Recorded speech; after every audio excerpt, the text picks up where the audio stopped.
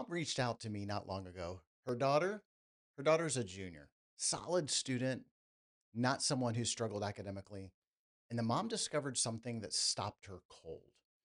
Her daughter had used, well, ChatGPT to write a history paper, not to outline it, not to clean it up, to write it from scratch, the whole thing. It took her daughter approximately 4 minutes to do it. And when the mom confronted her, her daughter kind of shrugged and said, "Everyone does it, mom. The teacher can't prove it." The thing is, she wasn't entirely wrong about everyone. A Pew Research Center survey released just this last February found that 54% of American teenagers have used AI chatbots for schoolwork. 1 in 10 say they do all or most of their assignments with AI help. And 59% of teens say AI cheating is a regular occurrence at their school. This isn't a few bad actors. This is a cultural shift. And for parents of juniors with applications due in 7 months, it's happening right now in your house, most likely, whether you know about it or not.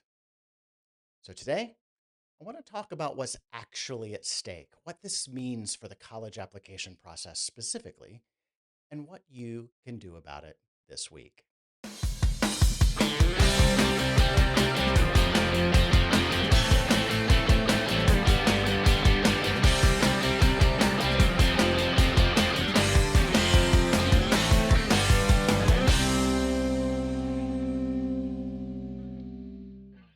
Welcome to Question Mark on College.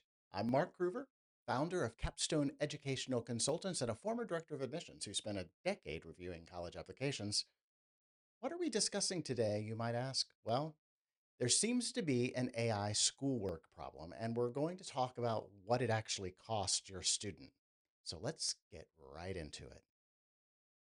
Now, let me start with the big picture because I think some parents are apocalyptic and some aren't concerned enough, and I want to calibrate this correctly. The concern is not primarily about getting caught. Yes, schools are developing detection tools, and all of them are horrible. And yes, some students will face academic consequences.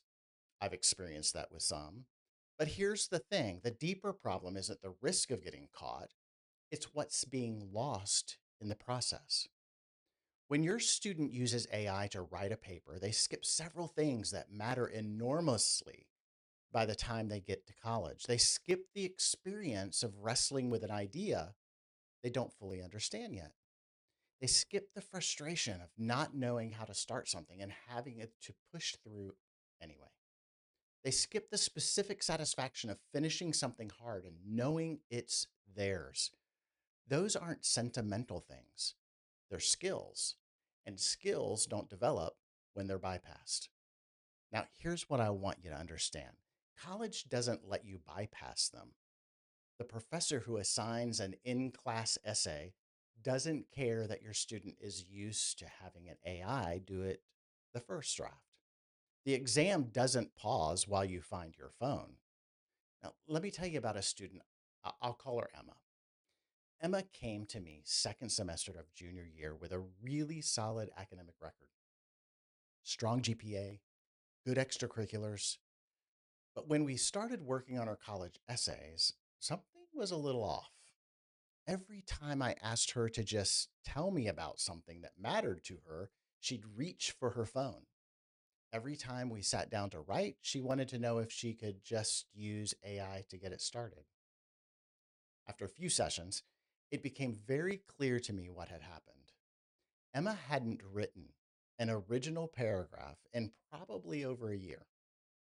She'd been using AI for so long that she genuinely didn't know what her own voice sounded like on paper. We spent 4 weeks doing nothing but free writing, longhand, no devices, just writing. It was uncomfortable for her in a way that surprised even her. But by the end of it, she had something real. She had an essay that sounded like an actual junior from Georgia, and that's what got noticed. Now, let me talk about the college application side of this specifically, because this is where the stakes become very concrete. Here's the reality of this: admissions officers are reading thousands of essays. They are getting very sophisticated at recognizing AI generated writing, not because AI writes badly, it actually doesn't, but because it writes frictionlessly. Everything connects. Every transition is smooth. Nothing trails off awkwardly. Nothing is weirdly specific in the way real humans think is weirdly specific. The essays that stand out are the ones that sound like actual teenagers. They have they have the rough edges. They have the particular detail, the thing that only someone from this exact town with this exact experience would notice or even care about. That specificity cannot be generated. It has to be lived. And then it has to be captured by a writer who has practiced putting their actual thoughts on paper. And here's something I want parents to hear as well. If your student has been outsourcing their writing for a while, that authentic voice isn't lost, it's just unpracticed. And 7 months is enough time to rebuild it if you start now. There's another practical concern that many families don't anticipate. More and more colleges are moving toward on site writing samples, in person interviews, and supplements specifically designed to test whether the written application matches the actual student. When there's a gap, when the essay sounds nothing like the person in the interview, well, that gets noticed too. It doesn't just to impress, it raises questions and flags. The best defense against any of that is a student who can actually articulate what they think in person without help. And the way to get there is practice: real writing, real thinking, real conversations. So, what do you actually do? Well, three things I suggest. First, have the conversation from curiosity, not accusation. I know that's hard when you just found out your teenager has been turning in AI written papers without blinking. But the more productive question isn't, how could you? It's, do you understand what you're trading? Ask her to help you understand how she uses AI day to day. What does it do for her? What does she think it can't do? That conversation is more useful than any punishment. And second, reestablish a clear boundary around what her work means. This isn't about banning AI. She's going to live in a world that uses it constantly. It's about her understanding where the line is. AI can help her research, brainstorm, check grammar. It cannot write the paper.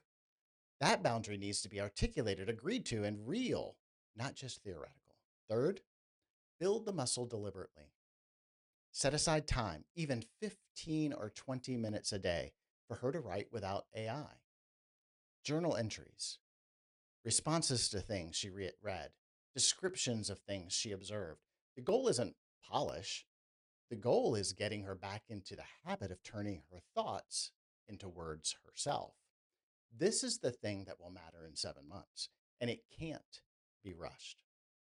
But it also doesn't take as long as you might think. Now, let me take a minute on some questions I hear most about this topic. First one: should I tell her school?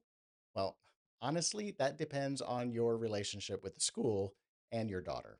The more useful question is whether your daughter understands why this matters, not whether she gets disciplined.